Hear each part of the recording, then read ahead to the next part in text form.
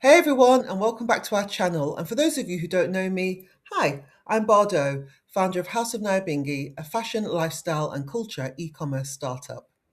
So grab your pen, pencil, or device for today's episode, which focuses on the letter S for story, strategy, and sovereignty. Storytelling helps to shape the culture around us. Whether you tell your story or not, a version of it will exist out there in the stratosphere, even if it's not authored by you.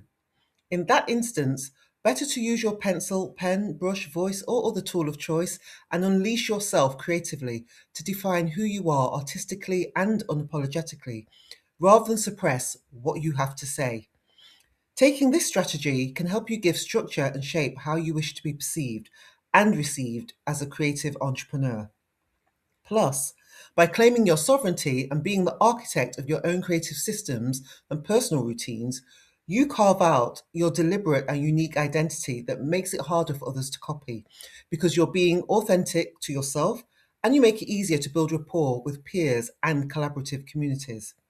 So, fully write out your true story, the good, the bad, and the ugly, and turn your creative vision into the most powerful reality. Unfinished invites you to stand up and speak up for yourself by honoring your perspective. You can be strategic about what you share without being silent. And when those wins come, move quietly because not everything needs an audience initially to clap for you.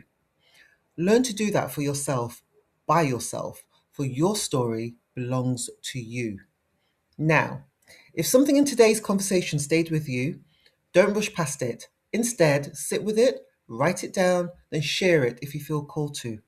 And remember, like beauty, art has no expiry date. So be creative, make your art, and leave a mark.